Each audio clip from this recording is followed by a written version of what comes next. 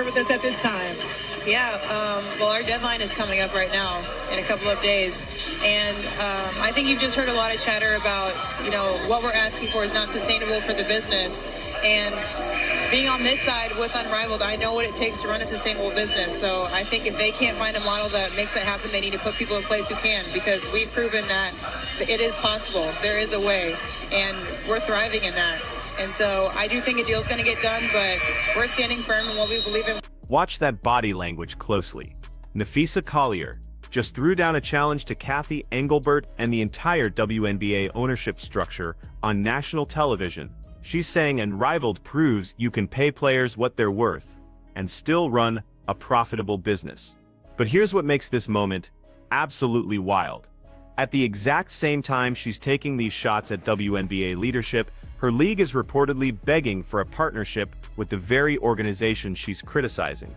The contradiction isn't just awkward, it reveals something far more significant about what's actually happening behind the scenes at Unrivaled. It says the novelty of Unrivaled's inaugural season is gone. Year 2 tipped off Monday with 2 matinee games followed by an evening slate, and it comes with a clear challenge, solidifying the startup 3-on-3 league and an increasingly crowded women's basketball landscape.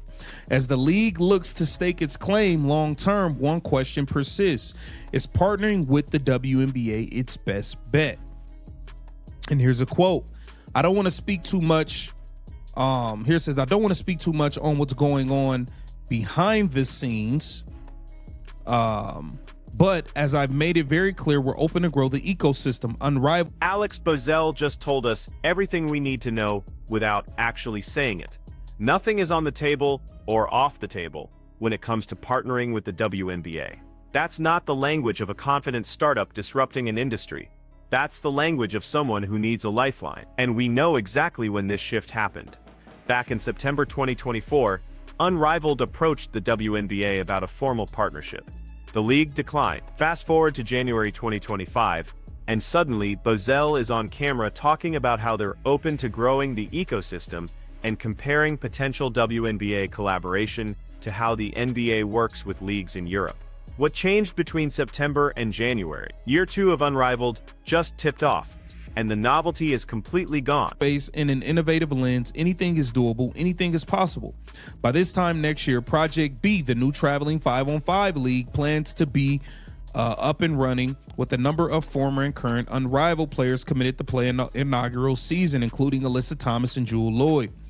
Beyond that immediate threat, there is a longer-term one if the WNBA pursues exclusivity as a result of increased play. Bozell said, we don't believe the future is near.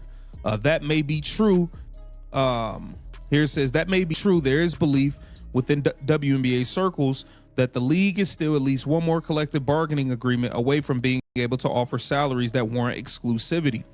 Here's the reality check Unrivaled is facing right now.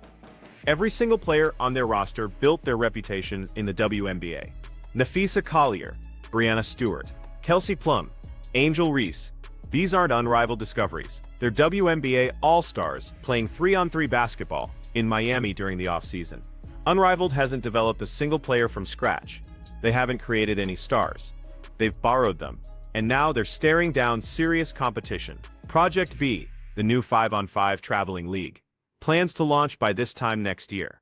They've already secured commitments from Alyssa Thomas and Jewel Lloyd, both of whom played in Unrivaled's first season. That's not just competition for viewers, that's competition for the same limited pool of elite talent during the same off-season window. When Bozell says we don't believe the future is exclusivity, what he's really saying is we can't afford to lose players to Project B, and we definitely can't survive if the WNBA eventually demands year-round commitment. Completely honest with you, and I don't know, man. Let's take a look at what Nafisa Collier had to say here on Good Morning America. So how are you doing, and what will your role be this year off the court, Nafisa?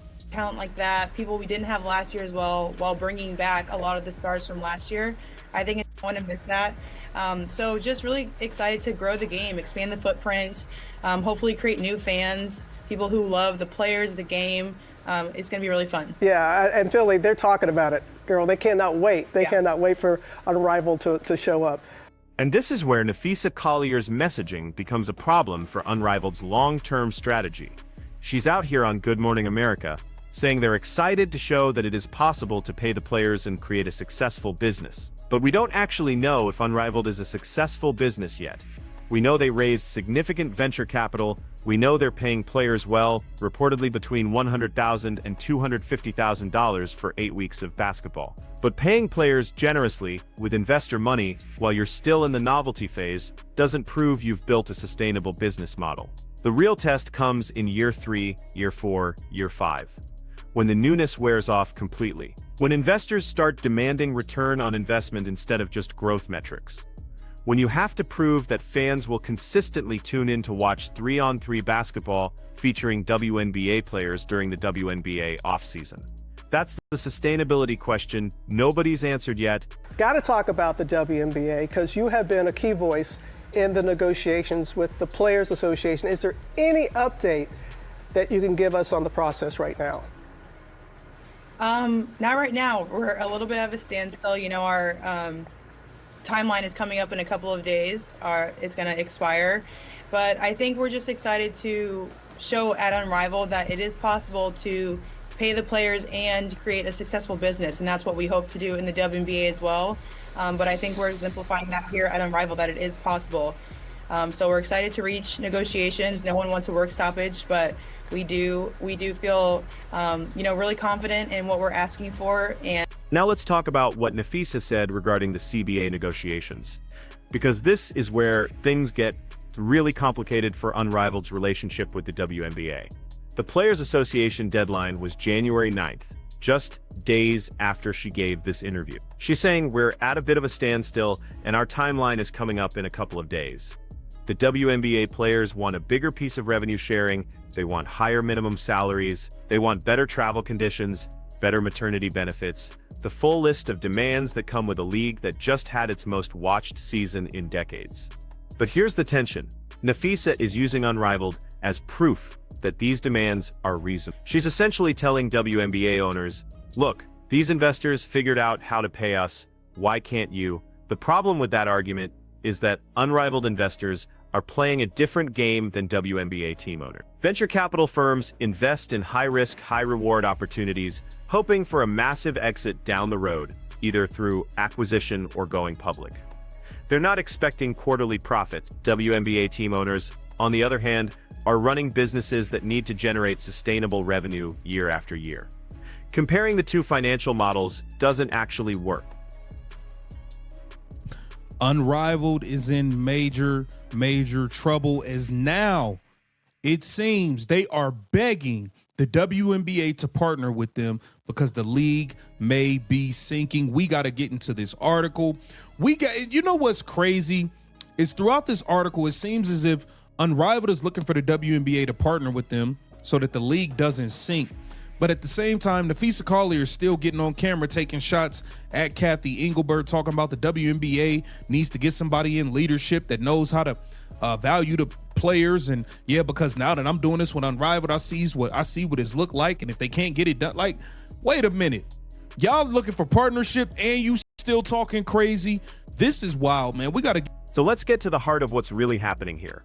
Unrivaled is in a precarious position. They need legitimacy that only the WNBA can provide. They need access to WNBA talent without restrictions. They need the WNBA to not pursue exclusivity clauses in the next CBA that would prevent players from participating in competing leagues during the offseason. And most importantly, they need the WNBA to view them as a complementary development league rather than a competitive threat. But at the same time, Unrivaled's most prominent player owners are publicly criticizing WNBA leadership and using their league as a weapon in CBA negotiations. That's not how you build a partnership. That's how you create resentment. And I just feel really blessed to be able to play and create something that is already showing that these things are possible. Yeah. All right, man. So we're going to see what happens by January 9th, man. Get down in the comments and let me know what y'all think. This is Keep the Vision. Here's what makes this whole situation so fascinating from a business strategy perspective.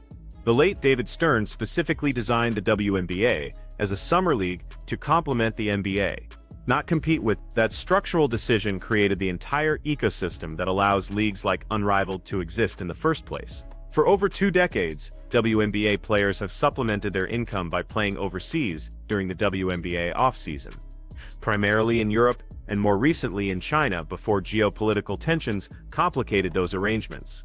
Unrivaled is trying to capture that off-season market domestically, keep the talent in the United States, give players a way to earn 6 figures in 8 weeks without flying to Turkey or Russia. On paper, that's brilliant. It benefits players who don't have to spend their winters abroad. It benefits fans who get to watch meaningful basketball year-round. And it benefits the broader women's basketball ecosystem by keeping the sport in the American media cycle 12 months a year instead of just during the WNBA season. But here's the catch that nobody wants to say out loud. This only works if the WNBA cooperates. If the WNBA decides that increased salaries in the next CBA come with the expectation of a longer competition window or off-season exclusivity, Unrivaled's entire business model collapses overnight. And based on the reporting from multiple sources covering these CBA negotiations, there's legitimate belief within WNBA circles that the league is at least one more collective bargaining agreement away from being able to offer salaries that would warrant exclusivity. That means Unrivaled has maybe 3 to 4 years before they face an existential threat they can't negotiate around. Alex Bazell understands this. That's why he's talking publicly about being open to growing the ecosystem and comparing Unrivaled to how the NBA collaborates with European leagues. He's trying to position Unrivaled as a partner, not a competitor. He wants the WNBA to see them the way the NBA sees the G League, or how international soccer federations cooperate with each other. Complementary, not threatening, but Napheesa Collier's public comments are undermining that strategy. Every time she goes on national television and takes shots at Cathy Engelbert, every time she uses Unrivaled as evidence that WNBA ownership isn't paying players fairly, she's making it harder for Bazell to negotiate that partnership. She's creating antagonism where Unrivaled desperately needs cooperation. And this is where the contradiction becomes impossible to ignore. If Unrivaled is truly the successful, sustainable business model that Napheesa claims it is, why does Alex Bazell sound like he's auditioning for WNBA approval? Why is he talking about formal partnerships and ecosystem collaboration if Unrivaled can stand on its own? The answer is obvious. They can't stand on their own. Not long-term, not without the WNBA's blessing. Think about the competitive landscape Unrivaled is facing. Project B launches next year with 5-on-5 basketball, which is what players actually train for and what fans are most familiar with. Athletes Unlimited is still operating their own off-season leagues. Overseas clubs in Europe are still paying competitive salaries, and the WNBA itself is exploring expansion, which will create more roster spots and potentially higher salaries as the league grows. Unrivaled isn't just competing for viewers, they're competing for a limited window of player availability during an increasingly crowded offseason. The only way Unrivaled survives long-term is if they become officially integrated into the WNBA ecosystem, maybe as a development league, maybe as a sanctioned off-season competition, maybe as something entirely new that hasn't been tried before in professional basketball. But they need the WNBA's institutional support. They need the league to promote Unrivaled to fans. They need WNBA teams to encourage players to participate rather than discouraging it. They need cooperative scheduling so Unrivaled doesn't conflict with WNBA training camps or international competition. None of that happens if Unrivaled's most visible leaders are publicly feuding with WNBA executives. So here's the question nobody's asking. What happens if the WNBA just says no? What if Cathy Engelbert and the Board of Governors look at this situation and decide that Unrivaled is more trouble than they're worth? What if they negotiate exclusivity clauses into the next CBA specifically to shut down competing leagues? Unrivaled can't force the WNBA to partner with them. They can't force players to choose Unrivaled over WNBA requirements. And they definitely can't survive if the WNBA decides to treat them as a competitive threat rather than a complementary opportunity. That's the leverage imbalance that makes Alex Bazell's comments so revealing. He's not speaking from a position of strength, he's speaking from a position of need. And the longer Napheesa Collier continues taking public shots at WNBA leadership while simultaneously depending on WNBA talent to fill Unrivaled rosters, the more complicated this relationship becomes. The irony is almost painful. Unrivaled was supposed to be the league that proved players could be valued properly, that women's basketball could generate serious investment,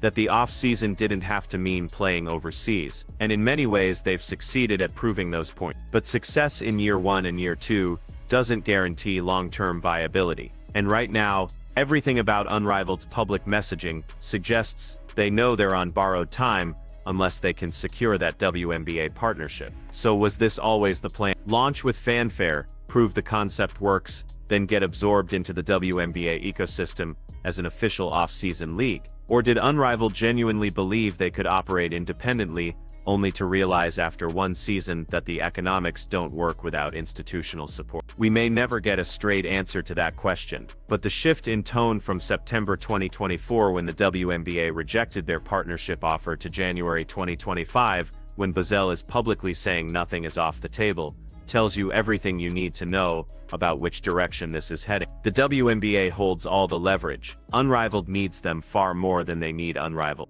And until Nafisa Collier and the other player owners figure out that you can't simultaneously criticize an organization and beg them for partnership, this awkward dynamic is going to continue. What do you think happens next? Does the WNBA bail out Unrivaled with some kind of formal partnership, or do they let them sink and prove that off-season leagues can't survive without league approval? Drop your prediction in the comments, and if you want more analysis on the WNBA's business decisions and what's really happening behind the scenes, hit subscribe, because this CBA negotiation is about to get very interesting.